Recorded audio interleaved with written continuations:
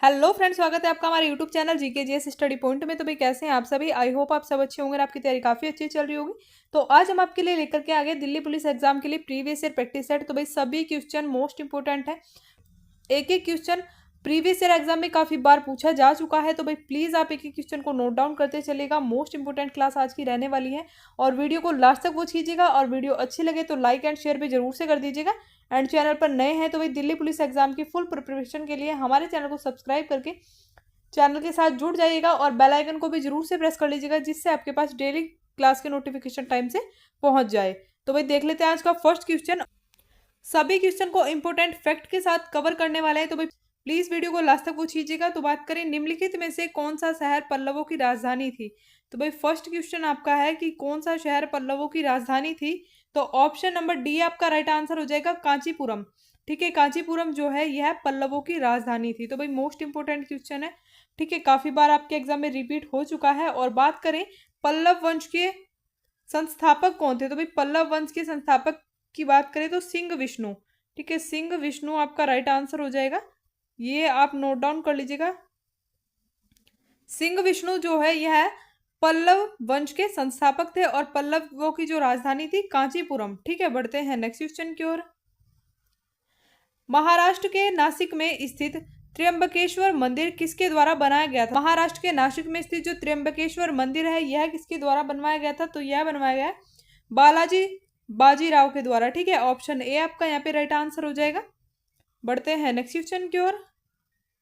निम्नलिखित में से कौन मुख्य रूप से भारतीय राष्ट्रीय सेना के अभिन्न अंग थे। तो भाई भारतीय राष्ट्रीय सेना के जो अभिन्न अंग थे, तो बात करें कौन थे, तो ऑप्शन नंबर सी आपका राइट आंसर हो जाएगा। सुभाष चंद्र बोस जो हैं यह क्या थे, भारतीय राष्ट्रीय सेना के अभिन्न अंग थे। ठीक है, महत्वपूर्ण अंग थे यह भारतीय राष्ट्रीय सेना के। बढ़ते हैं नेक्स्ट क्वेश्चन की ओर। लुसाई पहाड़ियों को किस नाम से जाना जाता है। तो भाई मोस्ट इंपोर्टेंट क्वेश्चन है। अगर आपने प्रीवियस पेपर देखे हैं तो भाई इन क्वेश्चंस को आप सभी ने देखा होगा कि बार बार रिपीट होते हैं आपके स्टैटिक जीके में यही क्वेश्चन।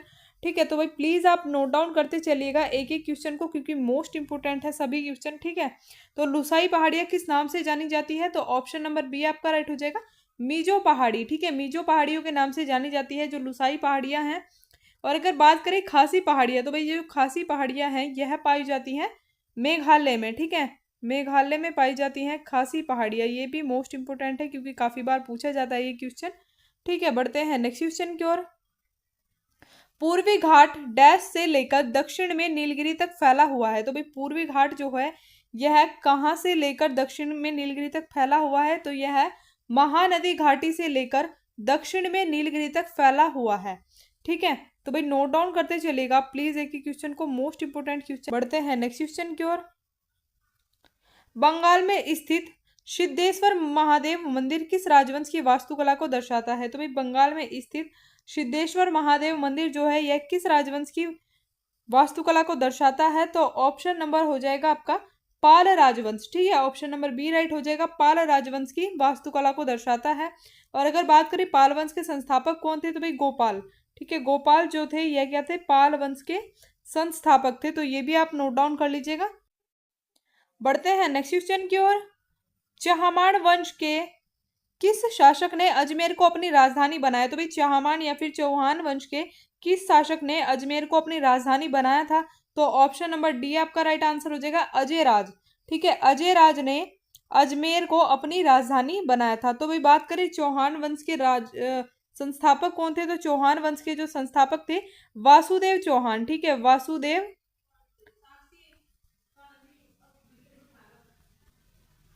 ठीक है, वासुदेव चौहान जो थे यह क्या थे, चौहान वंश के संस्थापक थे। ठीक है, बढ़ते हैं नेक्स्ट क्वेश्चन की ओर।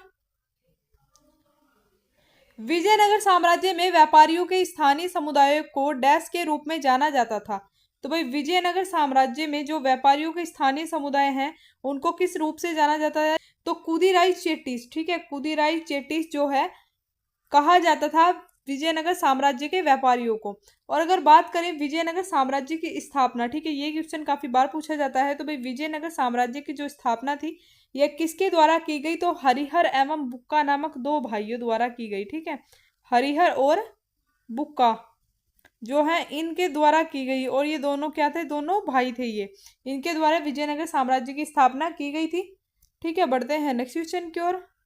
भारत में नील विद्रोह एक कृषक आंदोलन की शुरुआत कब हुई? तो भाई जो नील विद्रोह है यह एक कृषक आंदोलन है। ठीक है, ये भी आपको क्वेश्चन से क्लियर हो गया। तो जो नील विद्रोह है भारत में, इसकी शुरुआत कब हुई? तो इसकी शुरुआत की गई थी 1859 में। ठीक है, ऑप्शन सी आपका राइट आंसर हो जाएगा। तो भाई देख लीजिएगा आप, थोड़ी सी कुछ डिटेल हम नील विद्रोह के बारे में देख लेते हैं। तो नील विद्रोह जो है यह कहाँ शुरू हुआ था, ये क्वेश्चन भी पूछा जाता है। तो नील विद्रोह बंगाल में शुरू हुआ।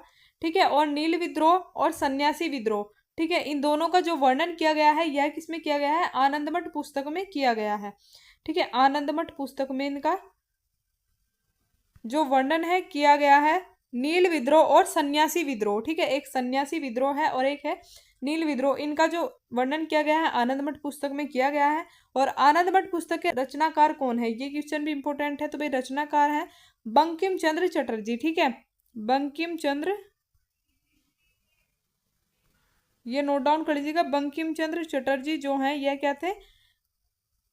आनंदमठ पुस्तक के रचयिता हैं। और भाई नील विद्रोह क्या था? तो नील विद्रोह बंगाल के किसानों ने इसलिए किया था नील विद्रोह की, जो ब्रिटिश शासक थे, वो ब्रिटिश शासक क्या चाहते थे, उन्होंने बंगाल के कृषकों के लिए एक रूल बनाया था कि उनको अपनी भूमि में क्या करनी होगी? नील की खेती करनी होगी। ठीक है, उनके लिए ये रूल था कि उनको अपनी जो भूमि है उसमें नील की खेती करनी होगी, उसके कुछ परसेंट में नील की खेती करनी होगी। लेकिन तो भाई जब वो नील की खेती करते थे तो नील की खेती से क्या होता था, उनकी जो जमीन होती थी, ठीक है, जो किसानों की भूमि होती थी, वह फिर क्या है, वह अनाज वगैरह उगाने के लायक नहीं रह जाती थी कि जिससे वो अपना आज गेहूं या बाजरा जौ वगैरह कुछ भी ऐसी चीज उगा सके उसमें फिर दोबारा, क्योंकि वो जमीन जो होती थी, वो भूमि जो होती थी, वो नील की खेती के कारण एकदम नष्ट हो जाती थी, उसकी उपजाऊ क्षमता एकदम खत्म हो जाती थी, क्योंकि यह एक जहर टाइप होता है। ठीक है, जो नील होता है। तो इस कारण उन्होंने फिर विद्रोह किया था इसके खिलाफ, नील की खेती के खिलाफ उन्होंने आंदोलन चलाया था कि हम अब इसको नहीं करेंगे, क्योंकि इससे हमारा काफी ज्यादा नुकसान होता है और हम मतलब आगे कुछ भी करने लायक वो भूमि हमारी जो होती है वो नहीं बचती है। ठीक है, उसमें हम कुछ भी नहीं उगा पाते हैं। तो भाई भाई बेसिकली ये था एक नील विद्रोह। ठीक है, आपको इससे आइडिया हो गया होगा। तो ये नील विद्रोह जो है ये बंगाल के कृषकों द्वारा चलाया गया था। तो ये भी आप नोट डाउन कर लीजिएगा। बढ़ते हैं नेक्स्ट क्वेश्चन की ओर। निम्नलिखित में से कौन भारतीय जनसंघ के संस्थापक सदस्य में से एक थे? तो भाई निम्नलिखित में से कौन थे वह जो भारतीय जनसंघ संस्थापक सदस्यों में से एक थे? तो श्यामा प्रसाद मुखर्जी आपका राइट आंसर हो जाएगा। ठीक है, श्यामा प्रसाद मुखर्जी जो थे भारतीय जनसंघ के संस्थापक सदस्यों में से एक थे। लोकसभा अध्यक्ष अपना त्यागपत्र किसे सौंपते हैं? तो भाई लोकसभा अध्यक्ष जो है अपना त्यागपत्र सौंपते हैं लोकसभा उपाध्यक्ष को। ठीक है, ऑप्शन सी आपका राइट आंसर हो जाएगा। और कुछ इंपोर्टेंट पॉइंट्स हम देख लेते हैं लोकसभा अध्यक्ष के बारे में। तो भाई लोकसभा अध्यक्ष के लिए जो न्यूनतम आयु होती है 25 वर्ष होती है। ठीक है, लोकसभा के सदस्य का जो कार्यकाल होता है 5 वर्ष का होता है। और संसद के दोनों सदनों का सभापति कौन होता है? लोकसभा अध्यक्ष। ये सभी क्वेश्चन आपसे पूछे जाते हैं आपके एग्जाम में और प्रीवियस ईयर पेपर में पूछे गए हैं। तो भाई इसीलिए सभी इंपोर्टेंट पॉइंट को रख दिया गया है लोकसभा अध्यक्ष से जो भी इंपोर्टेंट क्वेश्चन पूछे जाते हैं। ठीक है, तो प्लीज आप नोट डाउन कर लीजिएगा। लोकसभा अध्यक्ष के लिए जो न्यूनतम आयु रखी गई है 25 वर्ष, लोकसभा सदस्य का जो कार्यकाल है 5 वर्ष, और संसद के दोनों सदनों का जो सभापति होता है लोकसभा अध्यक्ष ही होता है। ठीक है, तो नोट डाउन कर लीजिएगा प्लीज। बढ़ते हैं नेक्स्ट क्वेश्चन की ओर। भारतीय संविधान में मौलिक कर्तव्य को किस देश के संविधान से लिया गया है? तो भाई भारतीय संविधान में कुछ जो इंपोर्टेंट चीजें हैं वो बाहर के संविधान से ली गई हैं। ठीक है, भारतीय संविधान में बाहर के देशों के संविधान से ली गई हैं, तो उनको भी हम डिस्कस करेंगे। लेकिन अभी देख लेते हैं कि मौलिक कर्तव्य जो है यह किस देश के संविधान से लिए गए हैं? तो भाई रूस। ठीक है, ऑप्शन डी आपका राइट आंसर हो जाएगा। रूस के संविधान से भारतीय संविधान में मौलिक कर्तव्यों को लिया गया है। ठीक है, और एक क्वेश्चन पूछा जाता है मौलिक कर्तव्यों से रिलेटेड किस समिति की सिफारिश पर जोड़ा गया है भारतीय संविधान में मौलिक कर्तव्यों को? तो भाई सरदार स्वर्ण सिंह की सिफारिश। ठीक है, सरदार स्वर्ण सिंह समिति जो है, सरदार स्वर्ण सिंह समिति की सिफारिश पर, ठीक है, सरदार स्वर्ण सिंह समिति की सिफारिश पर मौलिक कर्तव्यों को भारतीय संविधान में जोड़ा गया है। और कुल कितने मौलिक कर्तव्य दिए गए हैं? तो भाई कुल 11 मौलिक कर्तव्य दिए गए हैं। ठीक है, तो ये आप नोट डाउन कर लीजिएगा। अभी हम देख लेते हैं कुछ इंपोर्टेंट पॉइंट और जो भी कुछ इंपोर्टेंट चीजें हैं जो दूसरे देशों के संविधान से भारतीय संविधान में रखी गई हैं। तो भाई बात करें राष्ट्रपति की जो आपातकालीन शक्तियां हैं वह ली गई हैं जर्मनी के संविधान से। तो ये आप नोट डाउन कर लीजिएगा, ठीक है, एक एक पॉइंट, क्योंकि ये सभी क्वेश्चन आपके एग्जाम में रिपीट हो चुके हैं और काफी बार पूछे जा चुके हैं, ठीक है। और बात करें मौलिक अधिकार, तो भाई मौलिक अधिकार जो है संयुक्त राज्य अमेरिका के संविधान से लिए गए हैं। विधि द्वारा स्थापित प्रक्रिया जो है यह जापान के संविधान से ली गई है। संसदात्मक शासन प्रणाली, एकल नागरिकता, ये दोनों ही जो प्रावधान है यह कहाँ से लिए गए हैं? ब्रिटेन के संविधान से लिए गए हैं।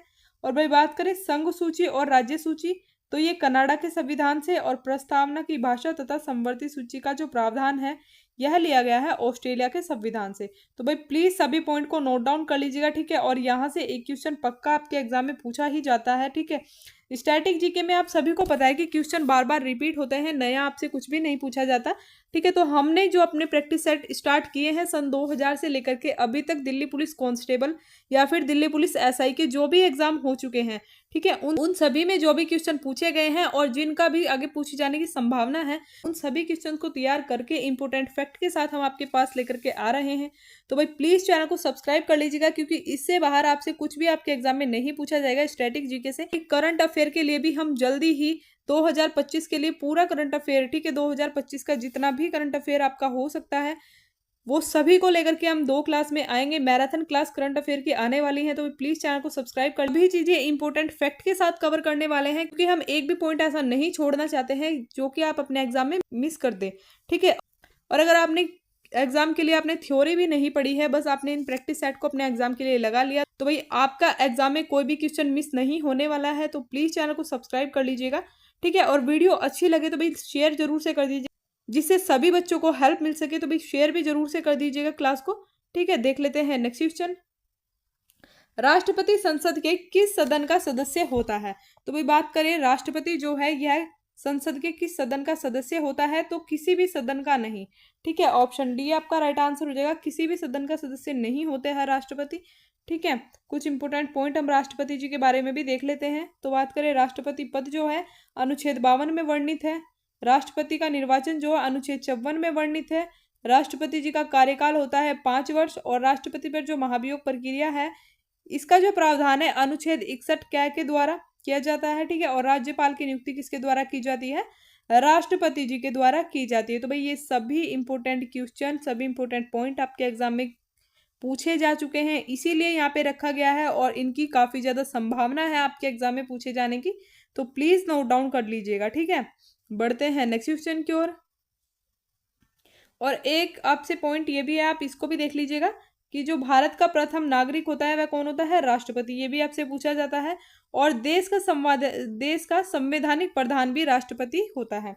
तो ये भी क्वेश्चन बनता है कि भारत का प्रथम नागरिक कौन है? तो भाई राष्ट्रपति। और देश का जो संवैधानिक प्रावधान होता है वह भी वर्तमान या फिर तत्कालिक राष्ट्रपति जो होते हैं वही होते हैं। जैसे कि फिलहाल जो हमारी राष्ट्रपति जी हैं तो कौन है भाई? श्रीमती द्रौपदी मुर्मू। तो वही क्या है? भारत की प्रथम नागरिक हैं, ठीक है। और संवैधानिक प्रधान भी हैं हमारे देश की। तो भाई प्लीज नोट डाउन कर लीजिएगा। बढ़ते हैं नेक्स्ट क्वेश्चन की ओर। किस अनुच्छेद के तहत भारतीय संविधान में संसद द्वारा संशोधन किया जा सकता है? तो भाई किस अनुच्छेद के तहत भारतीय संविधान में संसद द्वारा जो संशोधन किया जा सकता है? तो अनुच्छेद 368 के तहत, ठीक है। अनुच्छेद 368 में जो है संविधान संशोधन का प्रावधान किया गया है संसद के द्वारा। बढ़ते हैं नेक्स्ट क्वेश्चन की ओर। किस संविधान संशोधन के तहत वोट डालने की उम्र को 21 से 18 कर दिया गया है? तो भाई किस संविधान संशोधन के तहत वोट डालने की जो उम्र है 21 वर्ष उसको 18 कर दिया गया था? तो किसके द्वारा किया गया? ये किया गया 61वां संविधान संशोधन, ठीक है। 61वें संविधान संशोधन के द्वारा किया गया। और 61वां संविधान संशोधन किस वर्ष हुआ? तो 1989, ठीक है, 1989। 61वां संविधान संशोधन हुआ 1989 में, जिसके तहत क्या कर दिया गया था? डालने की उम्र को 21 से घटाकर 18 कर दिया गया। बढ़ते हैं नेक्स्ट क्वेश्चन की ओर। भारतीय संविधान सभा के प्रारूप समिति के अध्यक्ष कौन थे? तो भाई भारतीय संविधान सभा में जो प्रारूप समिति के अध्यक्ष थे वह कौन थे? भीमराव अंबेडकर। ऑप्शन बी आपका राइट आंसर हो जाएगा। और बात करें कुछ इंपोर्टेंट पॉइंट्स की, तो भाई बात देख लीजिएगा आप। संघीय समिति के जो अध्यक्ष हैं जवाहरलाल नेहरू, ठीक है। वहीं पे बात करें संचालन समिति के जो अध्यक्ष है डॉक्टर राजेंद्र प्रसाद। संविधान सभा के संवैधानिक सलाहकार कौन थे? BN राव। तो भाई ये सभी क्वेश्चन भी आपके एग्जाम में रिपीट हो चुके हैं, ठीक है। संघीय समिति के अध्यक्ष जवाहरलाल नेहरू, संचालन समिति के अध्यक्ष डॉक्टर राजेंद्र प्रसाद, संविधान सभा के संवैधानिक सलाहकार BN राव, ठीक है। तो प्लीज नोट डाउन कर लीजिएगा। और भारत के प्रथम प्रधानमंत्री कौन थे? जवाहरलाल नेहरू। और भारत के प्रथम राष्ट्रपति कौन थे? तो भाई डॉक्टर राजेंद्र प्रसाद, ठीक है। तो ये सभी पॉइंट को नोट डाउन कर लीजिएगा। बढ़ते हैं नेक्स्ट क्वेश्चन की ओर। भारतीय संविधान की प्रस्तावना में समाजवादी और धर्मनिरपेक्ष शब्द को किस संविधान संशोधन द्वारा जोड़ा गया? तो भाई भारतीय संविधान में जो प्रस्तावना है, प्रस्तावना में समाजवादी और धर्मनिरपेक्ष शब्द को किस संविधान संशोधन द्वारा जोड़ा गया? तो भाई 42वां संविधान संशोधन के द्वारा जोड़ा गया था। और बात करें 42वां संविधान संशोधन 1976 में हुआ, ठीक है। 42वां संविधान संशोधन कब हुआ? 1976 में। और अगर बात करें 42वां संविधान संशोधन जो है, इसको मिनी कॉन्स्टिट्यूशन या फिर लघु संविधान भी कहा जाता है। तो प्लीज नोट डाउन कर लीजिएगा। बढ़ते हैं नेक्स्ट क्वेश्चन की ओर। RERA शब्द का पूर्ण रूप है। तो भाई रेरा शब्द जो है, इसका जो पूर्ण रूप है ये क्या हो जाएगा?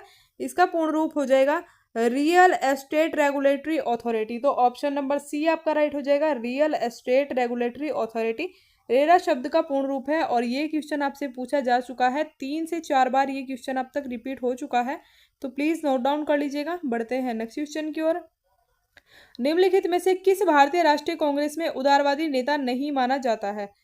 तो भाई इनमें से किसे भारतीय राष्ट्रीय कांग्रेस में उदारवादी नेता नहीं माना जाता है? तो भाई बात करें फिरोज शाह मेहता, दादा भाई नौरोजी और गोपाल कृष्ण गोखले, ये सभी क्या थे? उदारवादी नेता। लेकिन अरविंद घोष जो हैं यह उदारवादी नेता नहीं थे, ठीक है। तो ऑप्शन A हो जाएगा राइट आंसर। बढ़ते हैं नेक्स्ट क्वेश्चन की ओर।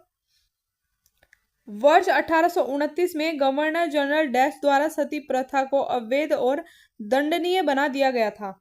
तो भाई ये देखिएगा 1829 में जो सती प्रथा है, इसको किसके द्वारा अवैध और दंडनीय बना दिया गया था? तो भाई विलियम बेंटिंक, ठीक है। ऑप्शन नंबर B आपका राइट आंसर हो जाएगा। विलियम बेंटिंक द्वारा जो सती प्रथा है, इसको अवैध और दंडनीय बना दिया गया था 1829 में, ठीक है। और बात करें 1828 से 1833 तक बंगाल का जो गवर्नर जनरल रहा, तो वह रहे थे विलियम बेंटिंक, ठीक है। 1828 से लेकर के और भाई 1833 तक, ठीक है। 1833 तक जो है विलियम बेंटिंक बंगाल के गवर्नर जनरल रहे। तो नोट डाउन कर लीजिएगा।